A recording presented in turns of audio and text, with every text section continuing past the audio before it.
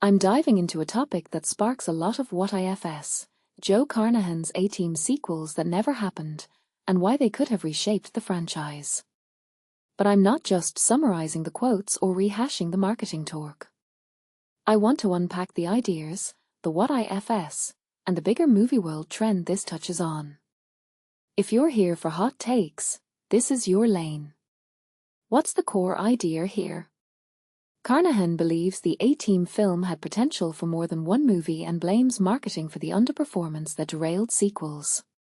He even says the series was as close to a superhero vibe as we're likely to get in that specific universe.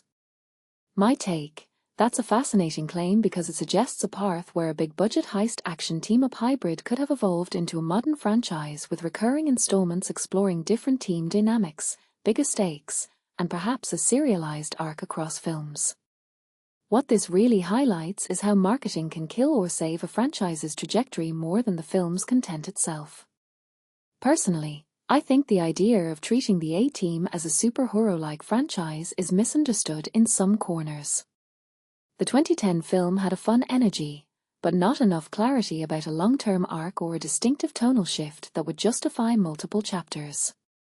If you lean into the superhero playbook, origin vibes, bigger-than-life set pieces, evolving rivalries, you need a long game plan, not just a bigger budget and louder marketing. What makes this really interesting is that Carnahan isn't lamenting a poor script, he's lamenting a missed ecosystem where the audience could have grown with the team across several missions and evolving camaraderie. From my perspective, the cast's chemistry is often what carries a sequel plan. Carnahan praises Rampage Jackson's BA character as a standout, arguing Rampage brought a different kind of authenticity to the ensemble.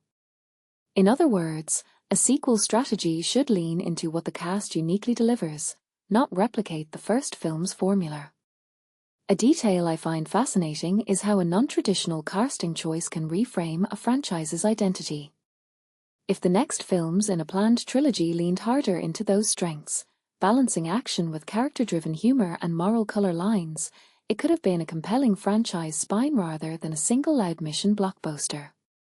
What about the market reality? The film reportedly underperformed, which scrapped the initial sequel plans. This raises a deeper question. How often do studios prematurely prune a franchise when a single data point doesn't scream blockbuster? In my opinion, that's a cultural crime of sorts, overreacting to a lukewarm box office rather than testing a more patient, multi-entry strategy.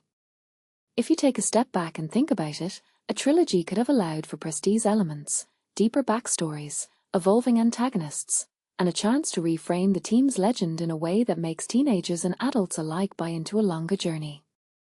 Deeper insight: the A-Team as a potential franchise mirrors a broader trend in Hollywood, extending highly marketable IP into cinematic universes or multi-film arcs even when initial returns are modest.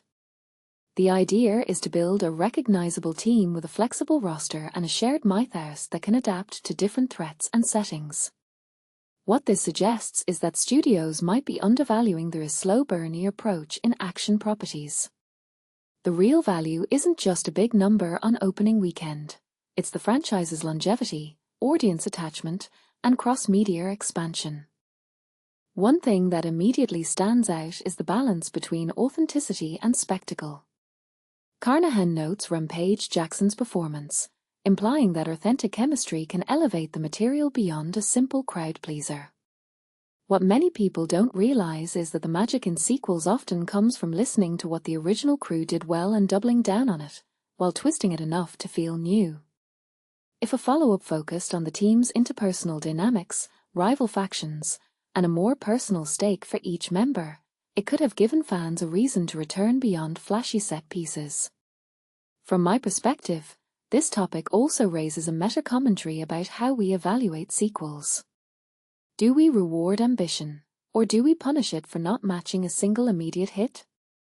The A-Team's potential trilogy would have allowed Carnahan to explore tonal experiments, maybe a darker, more tactical thriller in one entry, a heist comedy in another, and a high-stakes, globe-trotting finale in the third. That kind of tonal experimentation is risky, but it's how you keep a franchise interesting across installments. A detail I find fascinating. The more you diversify the mission types and settings, the more audiences stay surprised and engaged, rather than feeling a stale rhythmic loop.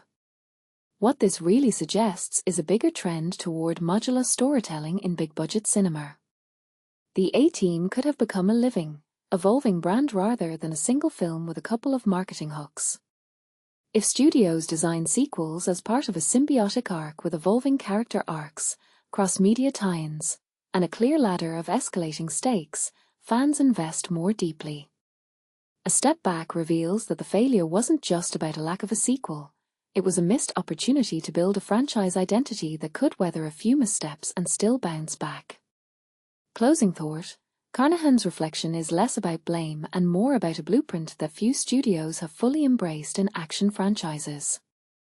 The A-Team could have been a proving ground for a modern action ensemble franchise, one that treats its sequels as expansions of a living world rather than isolated, louder entries.